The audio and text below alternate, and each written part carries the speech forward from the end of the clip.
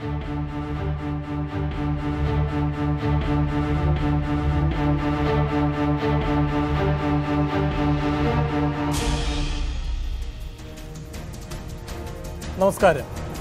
വിഴിഞ്ഞം കരാറിനെ ചൊല്ലി രാഷ്ട്രീയകാര്യ സമിതിയിൽ വീര്യം കാട്ടാൻ ഒരുങ്ങി വന്നവരെ ഉമ്മൻചാണ്ടി വീണ്ടും അസ്തപ്രജ്ഞരാക്കി. ബാർ നിരോധന വിളംബരത്തിന്റെ മട്ടിൽ ഉമ്മൻചാണ്ടി പ്രഖ്യാപിച്ചു, കരാറിൽ അഴിമതിയുണ്ടെങ്കിൽ അഴിമതി കരാർ സർക്കാർ റദ്ദാക്കട്ടെ. അഴിമതിയെന്ന് ആക്ഷേപിച്ചിട്ട് വിഴിഞ്ഞം പദ്ധതിയുടെ ക്രെഡിറ്റ് എടുക്കാനുള്ള വളഞ്ഞ വഴി വേണ്ടെന്നും ഉമ്മൻചാണ്ടി ഉറക്കെ പറഞ്ഞു.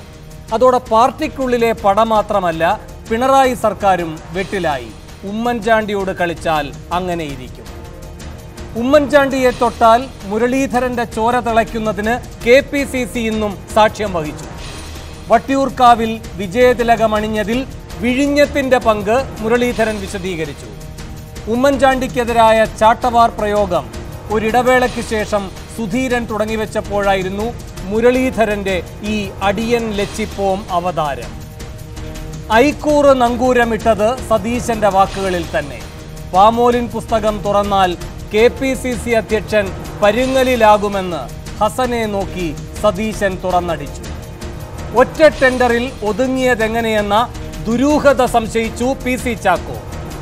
ഒടുവിൽ കൈക്കുന്നതാണ് കരാറെങ്കിൽ സർക്കാർ തന്നെ അത് കൈകാര്യം ചെയ്യട്ടെ എന്ന് കൈകഴുകി പിരിഞ്ഞു രാഷ്ട്രീയകാര്യ സമിതി.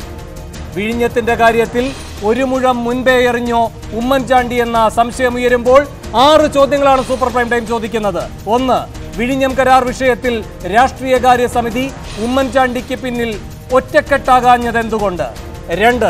പാർട്ടിയിൽ ചർച്ച ചെയ്തില്ലെന്ന സുധീരന്റെ വിമർശനം പുതിയ പടയൊരുക്കത്തിന് വേദിയൊരുക്കാനോ? 3. 5 കാര്യങ്ങൾക്ക് മറുപടി വേണമെന്ന സതീശന്റെ നിലപാട് ഉമ്മൻചാണ്ടിയുടെ കരാറിൽ കല്ല് കടിച്ചിട്ടോ? 4.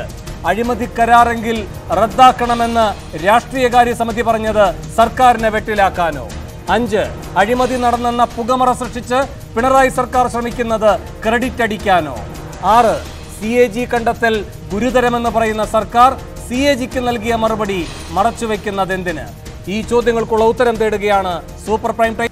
വിഴിഞ്ഞത്തിൽ നടന്നത് വിഴുപ്പലക്കലോ എന്നാണ് സൂപ്പർ പ്രൈം ടൈം ചർച്ച ചെയ്യുന്നത്. ഈ വിഷയത്തിൽ പ്രതികരിക്കാൻ കോൺഗ്രസ് വക്താവ് രാജ്മോഹൻ ഉണ്ണിത്താൻ, CPM സംസ്ഥാന സമിതി അംഗം K വരദരാജൻ, BJP സംസ്ഥാന വക്താവ് MS കുമാർ, രാഷ്ട്രീയ നിരീക്ഷകൻ ജേക്കബ് ജോർജ് എന്നിവർ.